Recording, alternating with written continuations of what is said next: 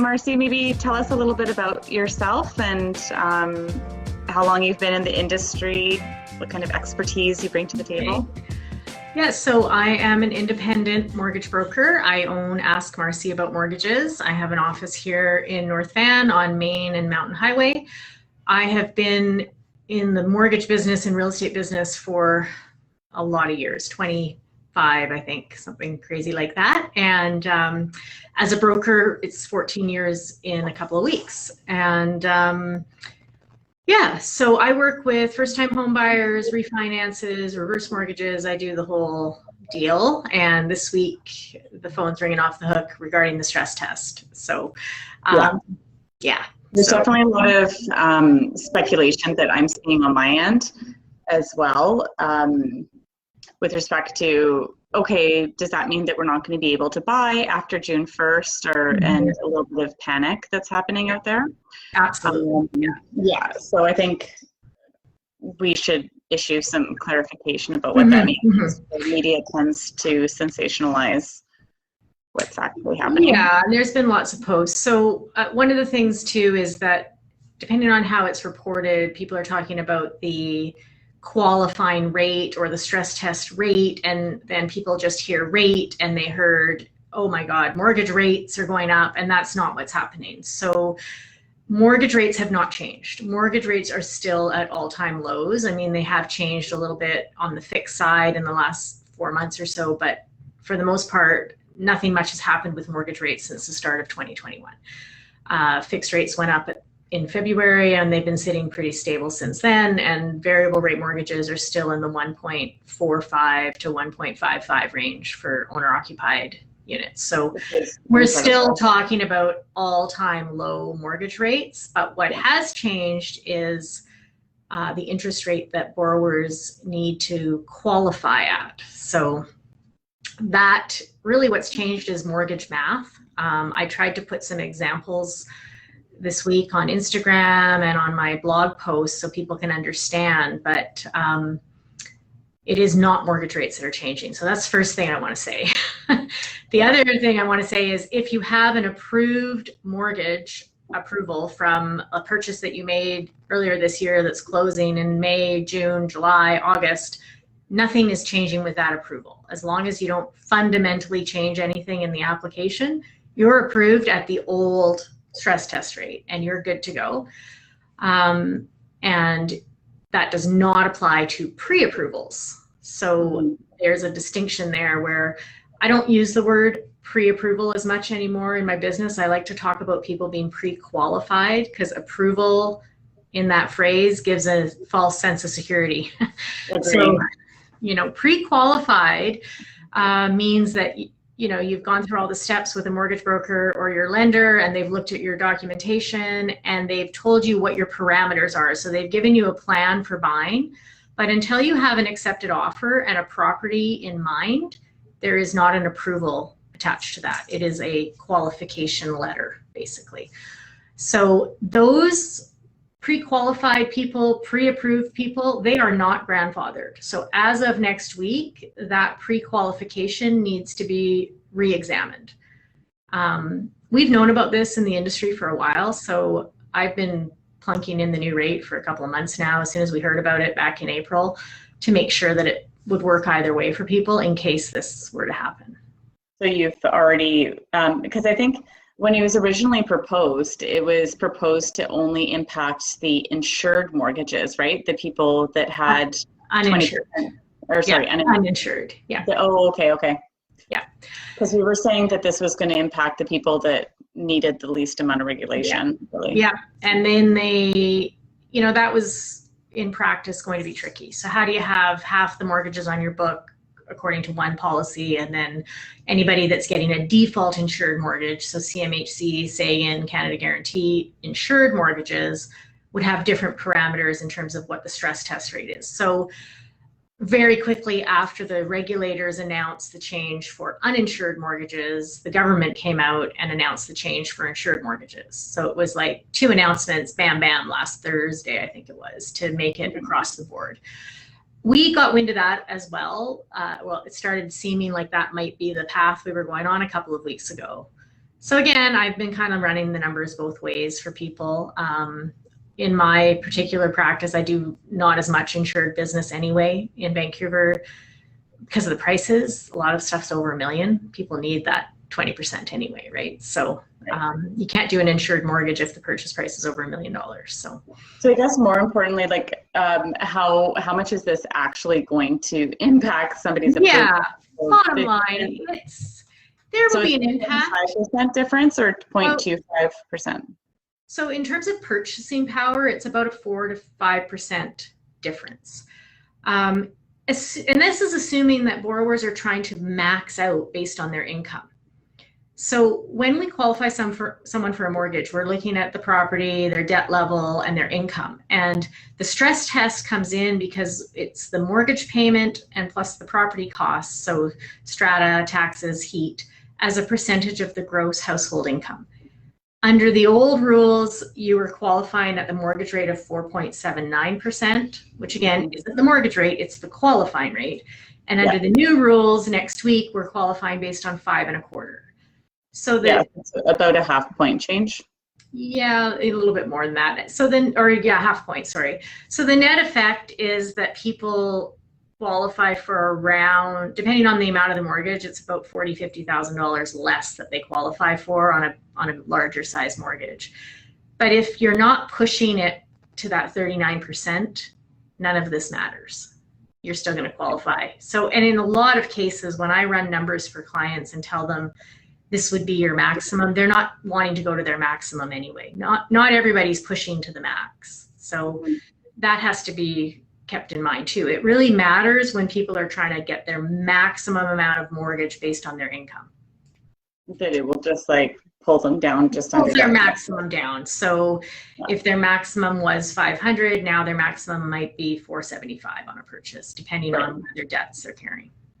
So basically, like how much are you feeling like this is knocking anybody out of qualifying that you're working with currently, or that it's somebody in a bad situation? Or not for me personally, but I do think it's going to impact first-time home buyers. I think it's going to impact some of the lower end product, and those are people that potentially are pushing it to their max to get into the market.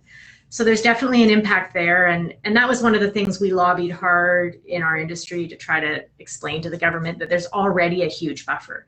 People are taking mortgages at 2% or under 2%, and they're qualifying based on 5.25%.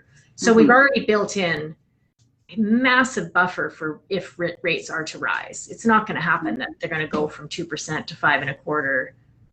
Am I saying this live? I don't think it's going to happen in 5 years. Oh my God, did I just say that? Like now someone's going to call me in 5 years when they're 5.25%. But I can't imagine that we'll go. Well, he's going to sue you, I don't think. Yeah. So we already build in the buffer. And, the stress test in practice is a good idea. I think this is too high personally now, but I also think people should qualify assuming a rise in interest rates. I'm a proponent for variable rate mortgages, and that means it's variable. It's going to go up and it's going to come down potentially. So you need to be prepared for the rise and fall in interest rates. The economy is going to change, right? So on that front, I don't think that I can recall a year in my career where the mortgage rates have risen more than a full percent, in a calendar year. Correct. What are you anticipating is going to happen there? Has there been discussion or whispers? So there's kind of two things. The bond market controls the fixed rates. So that's harder because that's what's happening with bonds and the stock market and the worldwide economy, really. And then the Bank of Canada controls the variable rate mortgages and the Bank of Canada rate. And you're right. Typically, you'll see a 1/4 point increase, and then they sit back as economists and watch what the reaction is. So right now, the predictions, the Bank of Canada makes announcements 10 times a year. They're scheduled. So we kind of know when they're going to talk about rates, and we know we have ideas. There's all sorts of people who predict what's happening with those announcements. So right now, the latest announcements are still saying interest rate increases end of 2022 or 2023. So we still think we're going to sit here at prime is 2.45 for another year. That's wow. So Of course, anything could change. I mean, we all learned that last March, didn't we? So, Yeah. Why? What happened? right, yeah, it's all a blur. I don't really remember what happened, but apparently it's June next week and it's 2021. So, yeah, so I think that we're probably not going to see a change in the Bank of Canada rate for some time. Right now, the discounts off the Bank of Canada rate are 90 to 100 basis points. So we're getting 1.45 to 1.55 on a variable rate. So Wow. I do tell people to budget, and I'll show them, okay, if the rate went up a whole point, this is what your new payment would look like. How does that feel? And I encourage people to set their payments higher. If you do that in your mortgage, the extra is just going to pay off the principal faster. So it's a good strategy anyway, right? So yeah, absolutely. But I don't have a crystal ball, so I don't know. It'll depend on inflation and all the other things that these very brilliant economists look at when they're deciding what to do with interest rates. But, Yeah. I mean, the bottom line is that this announcement itself isn't really going to rock the world. When this announcement was made in 2016 and there were dramatic changes, that was a little bit different because there was no stress test for so many people in mortgages.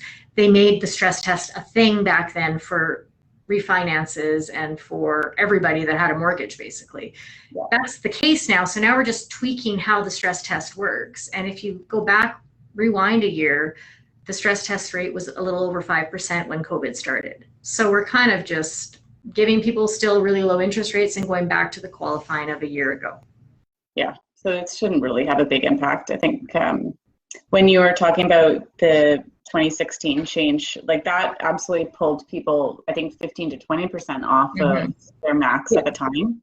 Exactly, and it impacted refinances for the first time where those are already impacted now. So, the devastating impact, if you will, is already been felt. I mean, at the same time, this Vancouver real estate market is moving quickly and feverishly, and prices, if they keep going up this summer and fall, then for sure there will be people who looked at all their numbers in April of this year and nothing will work in September if the market keeps going bonkers. But I'm already feeling a little bit of sanity, if you will, on condos. We're starting to see, offers with subjects to financing and subjects to inspection and all the fun things that should be on an offer to purchase. So hopefully that also decreases the very quick rise in prices, because that will have an impact if that keeps happening. Right, fair enough. Makes sense. Any other lovely tidbits you'd like to impart to? I would say if you're getting want to be pre-approved, pre-qualified, don't just use an online calculator. That's my tip of the week. Like, you need to talk to someone. You need to understand the variables. Mortgage math is actually very simple. It's like grade 6 math. It's mortgage payment, strata, taxes, heat as a percentage of your gross household income.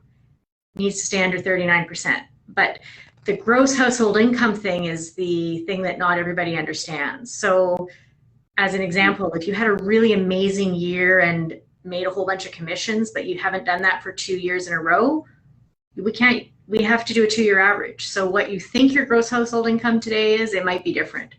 If you're self-employed and writing things off, we need to look at that and maybe add some things back in. So it's the income piece that is confusing to people, and you can't figure that out yourself with an online calculator. Exactly. Well, you can, but you might do it wrong. Or overestimate what is possible. Yeah. And the other thing I say, especially to first-time home buyers, is keep your debt load as low as you can. Car loans and other consumer loans, consumer debt will have a big impact. And now with this tightening up a little bit, a $400 car loan could be the make or break in all of this. Absolutely. And a $1,000 car loan blows it all up. I've seen, $900,000 car loans on people that should not be at that level. And that really blows it up big time. Oh no. Yeah. Well, buy a used car. Don't buy new. Without car payments. Without car payments, that's right. Yeah, exactly. Awesome. Well, it's been amazing talking to you. Thanks so much for jumping on this call because we really wanted to get some calm and sanity out into the world and what otherwise is frantic. Yeah, I've tried to put some sane examples out. So, for example, somebody earning $98,000 last week, next week needs to earn $102,000 or $104,000 on a first-time buyer, $500,000 qualify for the same amount. Yeah, so it's $4,000 or $5,000 a year. So the other solution is you go get a raise. I'm just kidding, but it's not as dramatic, I guess, as what some of the headlines would are gonna. Yeah, exactly. So so this is Nicola Campbell, and I'm with the Mint Home team and Remax Crest Realty. And thank you so much to Marci Deane of Ask Marci and the Mortgage Architects for joining us today. And you can find us both on our respective pages, and we're here to help you. Awesome. Thank you, Nicola. Thanks. Thank you, Lola, for not barking like a banshee through that. Yeah, we need the obligatory dog shot to. Yeah, she's actually now passed out, but just prior to going live, she wanted to rip the head off of a chihuahua outside the window, so we're good. Don't do that. So Marci, sorry, your website is AskMarci.ca?